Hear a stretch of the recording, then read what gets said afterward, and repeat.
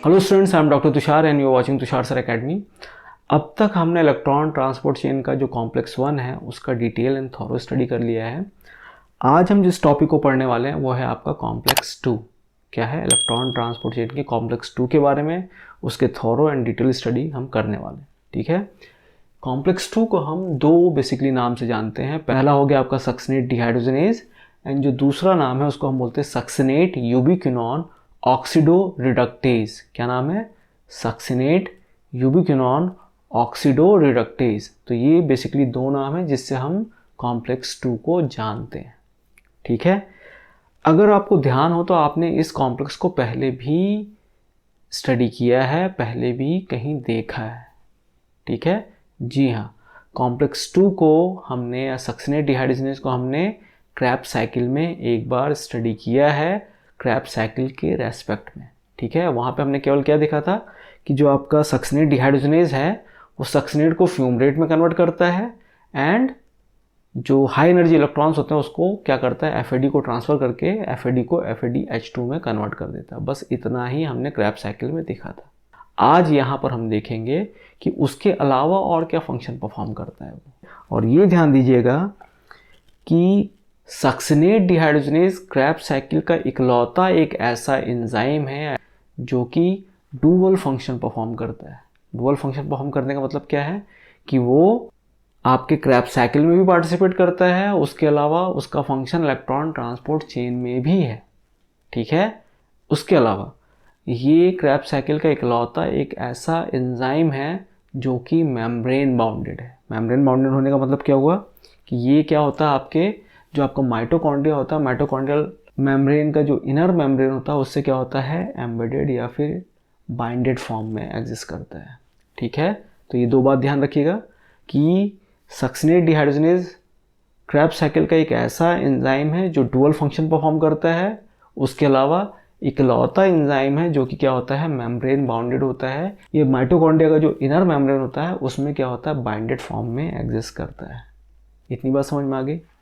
तो अब हम इलेक्ट्रॉन ट्रांसपोर्ट चेन के हिसाब से बात करते हैं। तो इलेक्ट्रॉन ट्रांसपोर्ट चेन के हिसाब से अगर हम बात करें तो सक्सिनेट डिहाइड्रोजनेज बेसिकली दो मेजर फंक्शन परफॉर्म करता है। पहला फंक्शन क्या परफॉर्म करता है, conversion of succinate to fumarate. ठीक है। इलेक्ट्रॉन ट्रांसपोर्ट चेन में सक्सिनेट डिहाइड्रोजनेज के दो मेजर फंक्शन हैं। पहला फंक्शन है सक्सिनेट का फ्यूमरेट में कन्वर्जन। उसके अलावा सक्सिनेट के पास जो दो हाई एनर्जी इलेक्ट्रॉन्स एग्जिस्ट करते हैं उन दोनों हाई एनर्जी इलेक्ट्रॉन्स को ट्रांसपोर्ट करना कहाँ तक, यूबिक्विनोन तक। क्रैब साइकिल में हमने केवल FADH2 तक ही हमने अपने आप को लिमिट कर लिया था, लेकिन जो एक्चुअल फंक्शन है आपके सक्सिनेट डिहाइड्रोजनेज का वो फंक्शन क्या है, यहाँ पे जो दो हाई एनर्जी इलेक्ट्रॉन्स एग्जिस्ट कर रहे थे उन दोनों हाई एनर्जी इलेक्ट्रॉन्स को कहाँ तक पहुँचाना, यूबिक्विनोन तक पहुँचाने का काम भी सक्सिनेट डिहाइड्रोजनेज करता है। ठीक है। तो ये दो मेजर आपके क्या होते हैं, फंक्शन होते हैं सक्सिनेट डिहाइड्रोजनेज की। ठीक है। चलिए अब हम इसके स्ट्रक्चर को देख लेते हैं। अगर हम इसको आसान भाषा में समझने की कोशिश करें या हम इसको कंपैरिजन करना चाहें तो हम ये कह सकते हैं कि सक्सिनेट डिहाइड्रोजनेज बिल्कुल कॉम्प्लेक्स 1 की तरह है, लेकिन उसमें हाइड्रोजन पंप करने की कैपेबिलिटी नहीं होती है। या फिर हम ये कह सकते हैं कि ये ऐसा कॉम्प्लेक्स है जिसमें कॉम्प्लेक्स 1 का जो वर्टिकल कंपोनेंट था उसकी कंप्लीट प्रॉपर्टी एग्जिस्ट करती है, लेकिन जो कॉम्प्लेक्स 1 का जो हॉरिजॉन्टल कंपोनेंट था जिसमें प्रोटॉन पंप करने की प्रॉपर्टी थी वो इसमें एग्जिस्ट नहीं करती है। ठीक है। चलिए, तो ये बात समझ में आ गई। अब हम इसके थॉरो स्ट्रक्चर को देखते हैं। ठीक है। तो सक्सिनेट डिहाइड्रोजनेज को अगर हम बात करें तो सक्सिनेट डिहाइड्रोजनेज बेसिकली क्या होता है, 4 सब यूनिट से मिलकर बना हुआ है, A, B, C and D, जिसको हम SDH A, B, C and D कहते हैं। ठीक है। इसका जो मॉलिक्यूलर वेट है वो अराउंड 140 किलो डाल्टन के आसपास होता है। तो इन चारों सब यूनिट जो SDH A, B, C and D हैं, इसमें से जो सब यूनिट A and B हैं वो क्या होते हैं आपके, इनका जो एक्सटेंशन होता है ये क्या होता है आपके माइटोकॉन्ड्रियल मैट्रिक्स में होता है। ठीक है। एंड जो C and D होते हैं वो क्या होते हैं आपके जो इनर मेम्ब्रेन है माइटोकॉन्ड्रिया का उससे क्या होते हैं, एम्बेडेड होते हैं या फिर उससे जुड़े हुए होते हैं। ठीक है। अगर हम प्रोकैरियोटिक सेल्स के रेस्पेक्ट में बात करें, अगर वहाँ पे इलेक्ट्रॉन ट्रांसपोर्ट चेन हो रहा होगा तो वहाँ पे तो माइटोकॉन्ड्रिया एग्जिस्ट करता नहीं है। तो वहाँ पे ये जो होता है, ये जो एंजाइम है आपका, ये क्या होता है आपके सेल मेम्ब्रेन से बाइंडेड फॉर्म में होता है और वहाँ पे फिर ये अपना फंक्शन परफॉर्म करता है। ठीक है, तो उसमें जो आपका सबयूनिट ए एंड बी हैं उनका जो एक्सटेंशन होगा कहाँ पे होगा, वो साइटोप्लाज्म में होगा। ठीक है, तो कंफ्यूज नहीं होंगे। यहाँ पे अगर मैं प्रोकैरियोटिक सेल के रेस्पेक्ट में बात करूँगा तो ये जो स्ट्रक्चर है ये हमको कहाँ मिलेगा, सेल मेम्ब्रेन में मिलेगा। और अगर हम यूकैरियोटिक सेल की बात करें तो ये जो स्ट्रक्चर है आपको, ये स्ट्रक्चर कहाँ मिलेगा, आपको माइटोकॉन्ड्रिया के अंदर मिलेगा। ठीक है, चलिए तो अब हम बात करते हैं हर एक सबयूनिट्स में कौन कौन से कंपोनेंट एग्जिस्ट करते हैं, उनको फिर हम उसके फंक्शन के बारे में भी देखेंगे। चलिए, तो अगर हम सबयूनिट ए की बात करें तो सबयूनिट ए जो होता है वो क्या होता है, बेसिकली वहाँ पे दो चीज़ें एग्जिस्ट करती हैं। सबसे पहले तो यहाँ पे क्या होता है, सक्सिनेट के लिए एक कैटालिटिक साइट एग्जिस्ट करता है जहाँ पे सक्सिनेट बाइंड करता है और फ्यूमरेट में कन्वर्ट होता है। उसके अलावा यहाँ पे जो FAD है, फ्लेविन एडिनाइन डाइन्यूक्लियोटाइड, जो एग्जिस्ट करता है वो यहाँ पे क्या होता है, कोवेलेंटली बाइंडेड फॉर्म में एग्जिस्ट करता है। मतलब FAD यहाँ से रिलीज नहीं होता है कहीं पे भी। ये FAD FADH2 में कन्वर्ट होने के बाद कहीं चला नहीं जाता है, कहीं और फंक्शन परफॉर्म नहीं करता है, वो यहीं पे एग्जिस्ट करता है और FADH2 के फॉर्म में कन्वर्ट होता है। ठीक है, अब हम बात करते हैं SDH सबयूनिट बी की, सक्सिनेट डिहाइड्रोजनेज बी सबयूनिट की। तो सक्सिनेट डिहाइड्रोजनेज बी सबयूनिट जो होता है वो होता है आपका क्या, इसको हम बोल सकते हैं iron sulphur centre containing subunit. हम क्या बोल सकते हैं, iron sulphur centre containing subunit. यहाँ पे आपको क्या होंगे, 3 आयरन सल्फर सेंटर्स यहाँ पे एग्जिस्ट करते हैं, जिसमें से एक होता है आपका 2 आयरन 2 सल्फर कंपोनेंट वाला एक सेंटर एग्जिस्ट करता है। उसके बाद 4 आयरन 4 सल्फर का एक सेंटर एग्जिस्ट करता है। उसके बाद 3 आयरन 4 सल्फर का एक सेंटर एग्जिस्ट करता है। तो यहाँ पे 3 आयरन सल्फर सेंटर्स एग्जिस्ट करते हैं और जो आपका सबयूनिट बी होगा वो क्या होगा, iron sulphur centre containing subunit कहलाता है। ठीक है, अब हम बात करते हैं CND की, जो कि आपके माइटोकॉन्ड्रिया का जो इनर मेम्ब्रेन उससे क्या होते हैं, उसका इंटीग्रल पार्ट होते हैं, इंटीग्रल प्रोटीन होते हैं वहाँ पे। ठीक है, यहाँ पे 2 चीज़ें एग्जिस्ट करती हैं। पहला तो होता है यहाँ पे heme B covalently binded form में एग्जिस्ट करता है। उसके अलावा यहाँ पे यूबिक्विनोन का एक बाइंडिंग साइट भी एग्जिस्ट करता है। तो ये इतने सारे कंपोनेंट जो होते हैं आपके क्या होते हैं, अलग अलग सबयूनिट्स में क्या हो रहे हैं, यहाँ पे एग्जिस्ट कर रहे हैं। ठीक है, अब हम बात करते हैं इसके फंक्शन की कि ये कैसे फंक्शन परफॉर्म करता है और वहाँ फंक्शन होता कैसे है।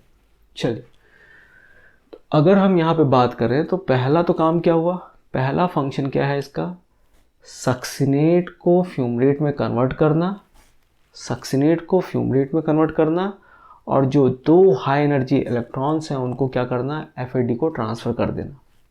ठीक है, तो ये 2 हाई एनर्जी इलेक्ट्रॉन्स FAD को ट्रांसफ़र होते हैं और FAD फिर क्या होता है, इन दोनों इलेक्ट्रॉन को लेने के बाद FADH2 में कन्वर्ट होता है और अल्टीमेटली क्या होता है, ये दोनों इलेक्ट्रॉन्स FADH2 क्या करता है, आपके सबयूनिट बी जो होता है उसके आयरन सल्फर सेंटर में ट्रांसफ़र कर देता है और ये इलेक्ट्रॉन फिर आयरन सल्फर सेंटर में एक सेंटर से दूसरे सेंटर में जंप करते हुए अल्टीमेटली आपके यूबिक्विनोन तक पहुंच जाते हैं। कहाँ तक पहुंचते हैं, आपके यूबिक्विनोन तक पहुंच जाते हैं। और फिर यूबिक्विनोन फिर क्या होता है, पहले तो सेमीक्विनोन में कन्वर्ट होता है और उसके बाद फिर यूबिक्विनॉल में कन्वर्ट होता है और फिर यहाँ से रिलीज होता हुआ अल्टीमेटली अपने आप को रिलीज करके मेम्ब्रेन में फ्लोट करता हुआ जो 2 इलेक्ट्रॉन इसके पास पहुँचे हैं उनको कॉम्प्लेक्स 3 को क्या कर देता है, जाके डोनेट कर देता है। तो ये थ्रू आउट फंक्शन है आपका क्या, इस कॉम्प्लेक्स का, कॉम्प्लेक्स 2 का। अब यहाँ पे ध्यान दीजिएगा कि FAD से क्यूनॉन तक जो आपके 2 इलेक्ट्रॉन पहुँचते हैं, ये जो डिस्टेंस है आपका, ये डिस्टेंस होता है आपका कितना, 40 एंगस्ट्रॉम के आसपास। डिस्टेंस कितना होता है, 40 एंगस्ट्रॉम के आसपास ये डिस्टेंस होता है। तो इलेक्ट्रॉन्स के पास ये कभी कैपेबिलिटी नहीं होती कि वो इतना लॉन्ग, क्योंकि इलेक्ट्रॉन के रेस्पेक्ट अगर हम बात करें तो ये जो डिस्टेंस है ये बहुत बड़ा डिस्टेंस है। ठीक है, बहुत लार्ज डिस्टेंस है। तो इलेक्ट्रॉन कभी भी इतना लार्ज डिस्टेंस क्या है, ट्रैवल नहीं करेंगे और अगर ट्रैवल करेंगे तो वो एनर्जी लूज़ कर जाएंगे। ठीक है, तो यहाँ पे होता क्या है कि इन डिस्टेंस को क्या करता है, जो ये आपके आयरन सल्फर क्लस्टर्स होते हैं, जो आपके कॉम्प्लेक्स जो सब यूनिट बी था, वहाँ पे जो आयरन सल्फर क्लस्टर्स होते हैं वो इन डिस्टेंस को क्या करते हैं, छोटे छोटे पार्ट्स में ब्रेक कर देते हैं और उसको नॉर्मली वो कितने में डिवाइड कर देते हैं, वो 11 एंगस्ट्रॉम के आसपास क्या करते हैं, उसको ऑन एवरेज 11 एंगस्ट्रॉम के आसपास के वो ब्रेकेज होते हैं। और फिर ये इलेक्ट्रॉन क्या करते हैं, वन आयरन सल्फर क्लस्टर से दूसरे आयरन सल्फर क्लस्टर में इजीली जंप करता हुआ अल्टीमेटली कहाँ पहुँचता है, आपके यूबिक्विनॉन तक पहुँच जाता है। ठीक है, तो इस तरीके से वो अपने एनर्जी को सेव भी कर पाता है और अल्टीमेटली ये फिर आपके कॉम्प्लेक्स 3 तक पहुँचता है। ये कॉन्सेप्ट समझ में आ रहा है? जो डिस्टेंस है लार्ज, जो 40 एंगस्ट्रॉम का जो डिस्टेंस है FAD से यूबिक्विनॉन तक पहुंचने का, उसको ये इलेक्ट्रॉन डायरेक्टली नहीं जाके क्या करता है, छोटे छोटे पार्ट्स में डिवाइड करके पहुंचता है। और ये जो इनको इस तरीके से पहुंचने में जो हेल्प करने वाले कंपोनेंट है वो क्या होते हैं, आपके आयरन सल्फर क्लस्टर के जो सेंटर्स होते हैं वो प्रोवाइड करते हैं। ठीक है, यहाँ पे ये ध्यान दीजिएगा कि यहाँ पे भी आयरन सल्फर क्लस्टर्स का एक ऑर्डर है। FADH2 से पहले ये इलेक्ट्रॉन क्या होंगे, 2 आयरन 2 सल्फर का जो कंपोनेंट क्लस्टर है वहाँ पे पहुँचेगा, फिर उसके बाद वो 4 आयरन 4 सल्फर क्लस्टर पे पहुँचेगा, उसके बाद वो 3 आयरन 4 सल्फर क्लस्टर पे इलेक्ट्रॉन पहुँच के अल्टीमेटली फिर क्या होते हैं, आपके यूबिक्विनॉन तक पहुँचते हैं। ठीक है, इसके अलावा बात ये आती है कि यहाँ पे जो हीम बी है आपका, उसका क्या फंक्शन है भाई, हीम बी यहाँ पे क्या कर रहा है। तो ये ध्यान रखिएगा कि हीम बी यहाँ पे इलेक्ट्रॉन ट्रांसपोर्ट के डायरेक्ट पाथवे में तो पार्टिसिपेट नहीं करता है, लेकिन ये नॉर्मली रिड्यूस करता है फ्रीक्वेंसी ऑफ इलेक्ट्रॉन लीकिंग। क्या, इलेक्ट्रॉन लीक की जो फ्रीक्वेंसी होती है उसको क्या करता है, कम करने का काम करता है। क्या काम करता है, उसको कम करने का काम करता है। अब बात आती है कि सर ये इलेक्ट्रॉन लीक क्या होता है, ये कौन सा कॉन्सेप्ट आ गया यहाँ पे। तो ये ध्यान दीजिए कि इलेक्ट्रॉन ट्रांसपोर्ट चेन भी क्या होता है, एक नॉर्मल प्रोसीजर है, इसकी भी एक पर्टिकुलर एफिशिएंसी होती है। मतलब ये ऐसा नहीं होगा कि इलेक्ट्रॉन ट्रांसपोर्ट चेन जो आपका ETC होता है वो 100% एफिशिएंसी के साथ हमेशा वर्क करेगा।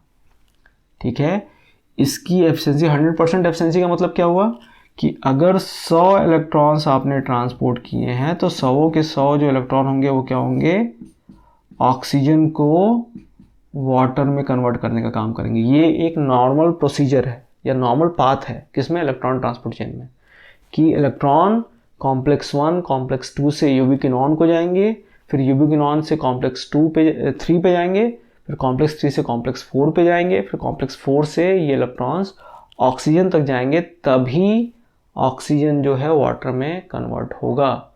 और जो इसी बेसिस पे प्रोटॉन ग्रेडियंट बनेंगे और उससे कपल्ड जो आपका ATP सिंथेज होता है वो क्या करेगा, ATP का प्रोडक्शन करेगा। तो ये आपका एक जनरल प्रोसीजर हुआ।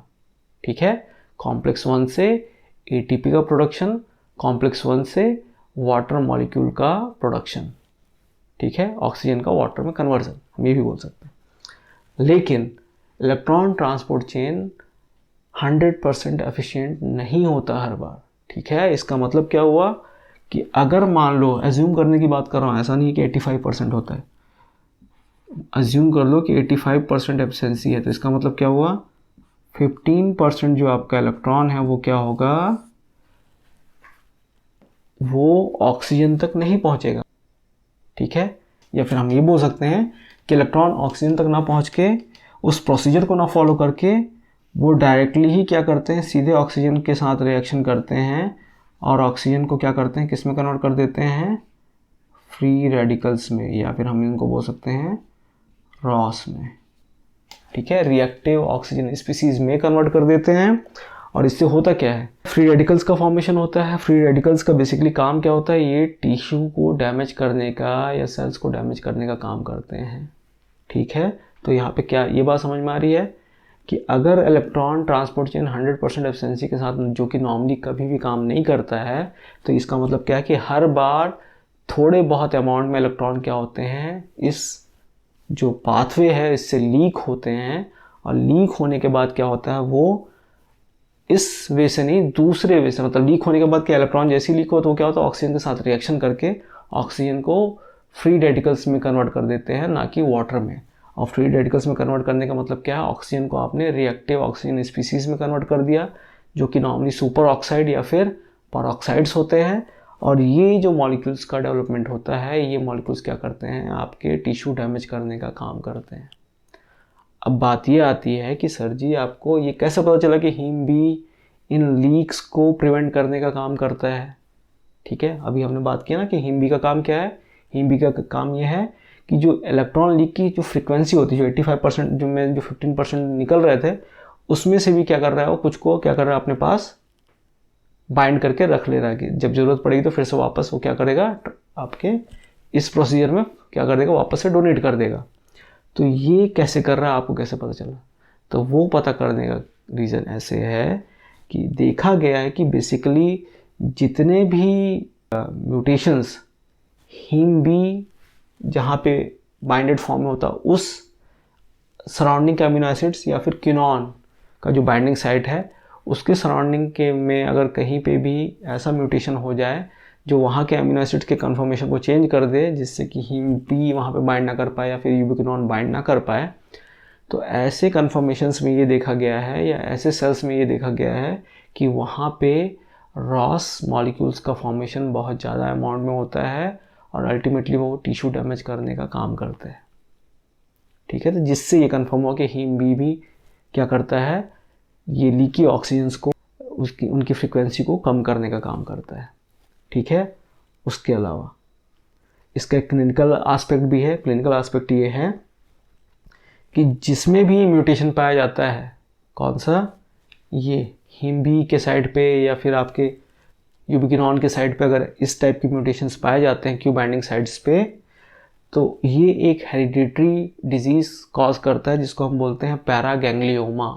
क्या है, एक टाइप का कैंसर है पैरागैंग्लियोमा। ठीक है, जिसमें कि क्या होता है, यहाँ पे एक्सेसिव अमाउंट में रॉस मॉलिक्यूल्स का प्रोडक्शन होता है, रिएक्टिव ऑक्सीजन स्पीसीज का, और ये क्या करते हैं, टिश्यू डैमेज करने का काम करते हैं। क्या करते हैं, जो सराउंडिंग टिश्यूज़ होती हैं उनको डैमेज करने का काम करते हैं, और जिससे कि एक मैसिव ट्यूमर का फॉर्मेशन होता है, जो कि नॉर्मली क्या होता है, बेसिकली एक बेनाइन ट्यूमर होता है, नेक एंड हेड में एग्जिस्ट करता है। ठीक है, तो यहाँ पे क्या पता चल रहा है, अगर इन पोजीशंस में जहाँ पे हीम बाइंडेड फॉर्म में है या फिर क्यू बाइंडिंग साइट जो आपका होता है क्विनॉन बाइंडिंग साइट, वहाँ पे अगर कहीं म्यूटेशन होता है तो बेसिकली वो क्या करता है, एक बेनाइन ट्यूमर का फॉर्मेशन करता है हेड एंड नेक के पास। ठीक है, और ये ट्यूमर फॉर्मेशन क्यों होता है, क्योंकि वहाँ पे एक्सेस अमाउंट में रॉस मॉलिक्यूल्स का फॉर्मेशन होता रहता है। और रॉस मॉलिक्यूल कैसे फॉर्म होता है, मैंने अभी बताया कि जैसे ही लीकी इलेक्ट्रॉन्स, क्योंकि उनमें हाई एनर्जी इलेक्ट्रॉन्स हैं, लीकी इलेक्ट्रॉन जैसे ही लीक होता है आपके इस नॉर्मल प्रोसीजर से, तो वो ऑक्सीजन के साथ ही रिएक्शन करता है और उसको फ्री रेडिकल्स में या फिर रॉस कंपोनेंट्स में या रॉस मॉलिक्यूल्स में उनको कन्वर्ट कर देता है। इतनी बात समझ में आ रही है? चलिए, apart from that mitochondrial dehydrogenase, हम इनको क्या बोल सकते हैं, ये आपका एक टाइप का माइटोकॉन्ड्रियल डिहाइड्रोजनेज है। ठीक है, तो सक्सिनेट डिहाइड्रोजनेज की जैसी फंक्शनैलिटी है, जिस तरीके से वो डुअल फंक्शन परफॉर्म कर रहा है। और यहाँ पे काम क्या हो रहा है, यहाँ पे ये क्या काम कर रहा है, यहाँ पे ये हाइड्रोजन पंप करने का काम नहीं कर रहा है, केवल क्या कर रहा है कि जो हाई एनर्जी इलेक्ट्रॉन्स इसके पास आ रहे हैं उसको क्या कर रहा है, यूबिक्विनॉन के थ्रू आपके कॉम्प्लेक्स 3 तक पहुँचाने का काम कर रहा है। ऐसे 2 और एंजाइम्स भी होते हैं जिनको हमने एक फैमिली बना के रखा हुआ है, एक फैमिली में हम इसको रखते हैं, जिनको हम बोलते हैं इलेक्ट्रॉन ट्रांसफरिंग फ्लेवोप्रोटीन्स ग्रुप। क्या ग्रुप है ये आपका, इलेक्ट्रॉन ट्रांसफरिंग फ्लेवोप्रोटीन्स, जिनको हम ETF कहते हैं। ठीक है, इसको हम और भी ये भी कह सकते हैं, ये क्या है आपके electron transferring flavoprotein oxido reductase group या डिहाइड्रोजनेज ग्रुप। ठीक है, हम क्या कह सकते हैं कि ये ऐसे ग्रुप्स हैं जो कि क्या करते हैं, इलेक्ट्रॉन को ट्रांसफ़र करने का काम करते हैं, लेकिन प्रोटॉन पंप करने का काम नहीं करते हैं, जैसे कि सक्सिनेट डिहाइड्रोजनेज। तो वो 2 कौन से एंजाइम वो देख लेते हैं। अजाइल कोए डिहाइड्रोजनेज। ठीक है, अजाइल कोए डिहाइड्रोजनेज माइटोकॉन्ड्रियल मैट्रिक्स में इस पोजीशन पे या फिर यहाँ पे मिलता है, कहाँ पे, वो भी बिल्कुल सेम जैसा सक्सिनेट डिहाइड्रोजनेज होता है वैसे ही क्या होता है, उसका भी पोजीशन बिल्कुल वैसे ही होता है। ठीक है, ये क्या है आपका बीटा ऑक्सीडेशन, जो फैटी एसिड बीटा ऑक्सीडेशन होता है उसका जो फर्स्ट एंजाइम है वो यही एंजाइम होता है। ठीक है, तो बीटा ऑक्सीडेशन का जो पहला एंजाइम है फैटी एसिड अजाइल को ए डिहाइड्रोजनेज, ये भी क्या होता है आपका मेम्ब्रेन बाउंडेड एंजाइम होता है।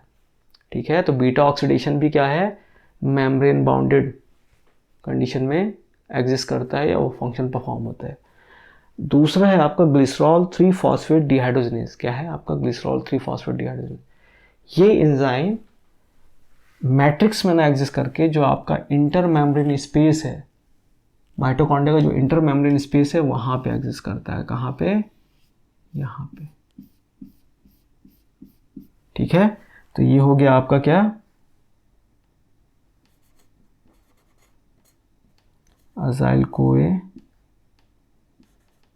डिहाइड्रोजनेज, और ये आपका है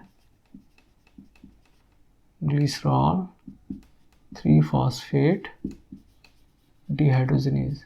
ठीक है, तो ये कहाँ पे मिलता है आपके, ये आपके माइटोकॉन्ड्रिया का जो इंटर मेम्ब्रेन स्पेस वहाँ पे एग्जिस्ट करता है, और उधर से वो आपके इनर मेम्ब्रेन जो होता है उससे बाइंडेड फॉर्म में होता है और अपना फंक्शन परफॉर्म करता हुआ इलेक्ट्रॉन्स को ट्रांसफ़र करता है। ठीक है, तो ये 2 एंजाइम्स हैं अलॉन्ग विद आपके सक्सिनेट डिहाइड्रोजनेज, जो कि क्या काम करते हैं, जो कि इलेक्ट्रॉन ट्रांसफरिंग का काम करते हैं लेकिन प्रोटॉन पंप करने का काम नहीं करते। इसके अलावा जितने भी कॉम्प्लेक्सेस आपके पास आएंगे उन सब में प्रोटॉन पंप करने की प्रॉपर्टी होती है। ठीक है, इतनी बात समझ में आ रही है। तो ये था आपका कॉम्प्लेक्स के बारे में detail and thorough study. Next lecture में हम कॉम्प्लेक्स 3 के बारे में पढ़ेंगे। ठीक है, तब तक के लिए जय हिंद, बेस्ट ऑफ लक। और हाँ, वो स्टूडेंट जिन्होंने मेरे प्रीवियस लेक्चर्स को नहीं देखा है तो कृपया करके वो प्रीवियस लेक्चर्स को देखें, ताकि आप उन लेक्चर्स के बेसिस पे जो भी मैं यहाँ पे आपके अपकमिंग लेक्चर्स हों या फिर रनिंग लेक्चर जो आप देख रहे हों उनसे आप उनको कोरिलेट कर पाएँ। ठीक है, तो अगर आप प्रीवियस लेक्चर्स को देखेंगे तभी आपको ये लेक्चर्स भी समझ में आएंगे, क्योंकि इतनी डिटेल स्टडी आपको और कहीं नहीं मिलेगी। ठीक है, सो अब तक के लिए इतना ही। नेक्स्ट लेक्चर में हम कॉम्प्लेक्स 3 के बारे में देखेंगे। चलिए, जय Hind, best of luck, keep sharping your brain.